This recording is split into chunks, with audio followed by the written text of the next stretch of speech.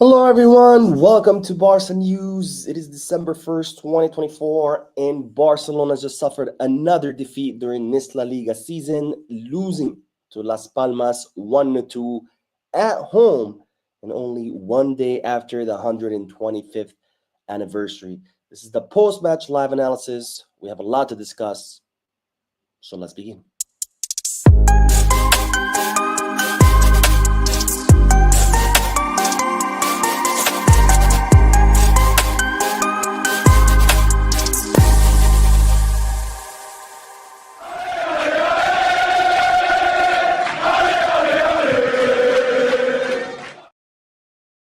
Hello, everyone. Welcome to the channel. My name is Mo. This is the post-match live analysis where we analyze Barcelona matches usually as soon as they end. Today, we're doing it several hours later because, as you know already, I'm currently out of the country. I'm traveling, so I could not do the post-match live analysis after the match, but I did watch the match live, so I did see the disastrous performance by the team, which I will be discussing in a few minutes. Now, having said all that, make sure to hit the like button, subscribe to the channel, drop a comment. If you are looking for any Barcelona jerseys or merchandise, make sure to hit the Goal Kids, Kickback, or Fanatics. If you are looking to place any sports bets, make sure you hit the Bet Us. All links are in the description. If you click on them, you do get some access to some pretty cool offers and deals, which with the holidays right around the corner, it's a good time to take advantage of those offers. Now, let's begin with the match analysis because, ladies and gentlemen, Barcelona have suffered yet another defeat, this time at the hands of Las Palmas, 1-2 at Montjuic, one day after the 125th anniversary. And this was an absolute disastrous result. Now, this was not a disastrous result because the team lost. Because remember, anybody could lose. Losing is part of the sport. Even the greatest of best teams lose. So the fact that we lost is not the problem. It's how we lost. Because once again, we had a horrible performance that led to our defeat. And now the title of this video says Crisis in Barcelona. So you might say, Mo, what are you talking about? Why are you calling this a crisis? I'm calling this a crisis because this is not the first match that we are doing this. We've had a series of matches where the team has performed horribly, whether it was today against Las Palmas, against Celta Vigo, against Real Sociedad, even the matches that we won, like against Brest, where the team is not performing the same way it was before. Now, before we start looking for culprits, because I know people always want heads to roll, they always want the scapegoat, someone has to have the fault. Before we find culprits, the culprit here is the entire team.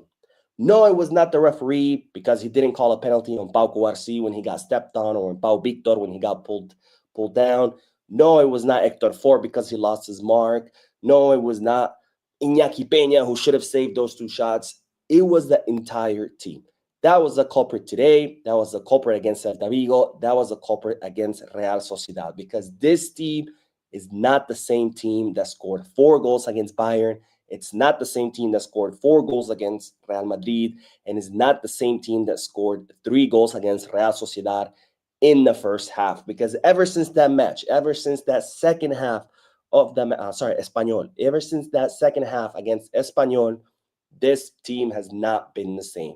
Because now that this team survived that very tough week, the toughest week that Barcelona had faced yet, ever since they succeeded in that week, and they did it in a marvelous way, they have not been the same. Because this team thinks that they are unstoppable, that no one can touch them, that they can do whatever they want, and regardless, they're going to win.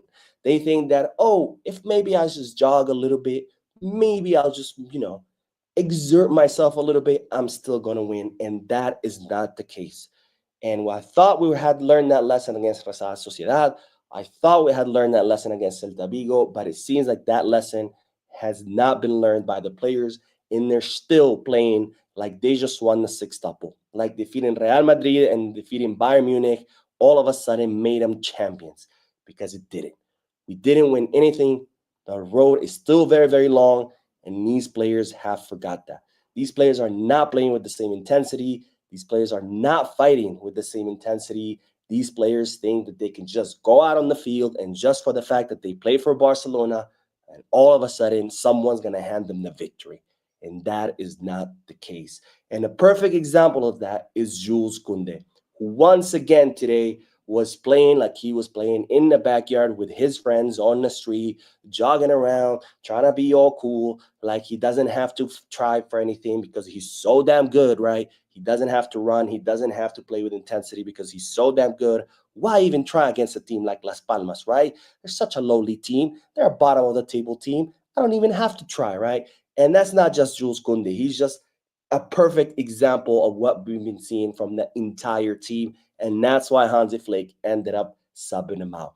And this is a big, big problem the team is having. It's a mental problem that Flick is going to have to find a way of reverting because the team cannot keep playing this way or say goodbye to the possibility of winning any trophies. Because we were 6 points ahead of Real Madrid.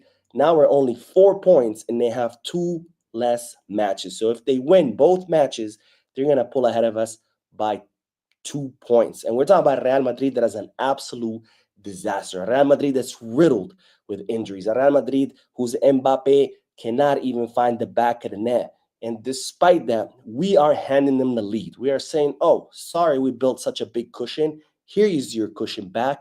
Please pull ahead. Why not? And this is a big, big problem.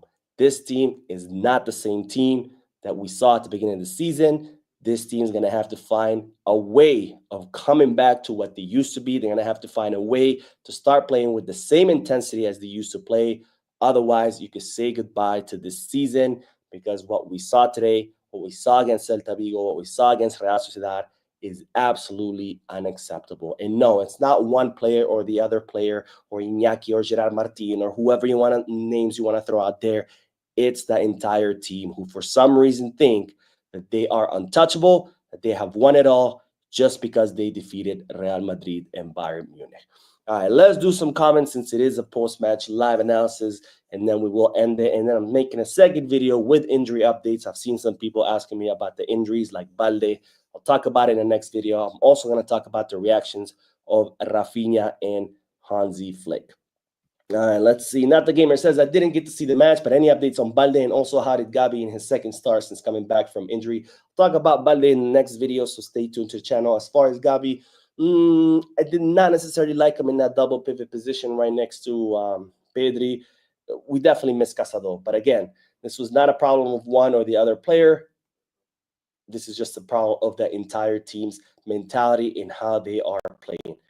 Barca Soldier says, we need to remember Barcelona is not just playing teams in La Liga, but La Liga itself. Yes, our team is playing bad right now. There is no doubt that the referees are capitalizing on our bad performance.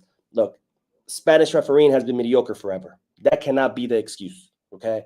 We still have to find ways of winning even with mediocre referees. Everybody has to deal with the same mediocre referees. Everybody has to deal with the same refereeing errors.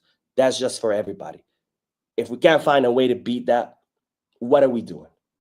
Pep Guardiola did not win a sextuple because back then referees were amazing. They were just as bad back then as they are now.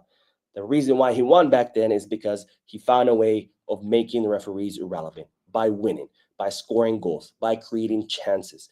The same way we were doing the entire beginning of the season. So the refereeing cannot be an excuse. Otherwise, we're going back to what we were doing the last season where we were finding external excuses everywhere. It's the referees, it's the grass, it's the sun, it's the injury. And as long as you're trying to find excuses everywhere else, you're never going to find what's going on, what's wrong with the actual team. And if you can't find what's actually wrong with the team, you can never fix it. Because if it's not your mistake, if it's not your fault, if someone else, how can you fix it? You can't. Let's see. Julio says, Bo, you're right. This team has lost its intensity completely, believing they are the best. So less effort has to be given. 100% agree with you, my friend. And Flick is going to have to find a way to revert that situation. Anyways, I don't want to make it any longer. It's 1 a.m. over here. I have to make another live. So stay tuned to the channel. I'm going to be talking about the press conferences and also the injury updates. These are my thoughts. Let me know what you guys thought about the match today. I will see you in the next video. And as always, mis cabras.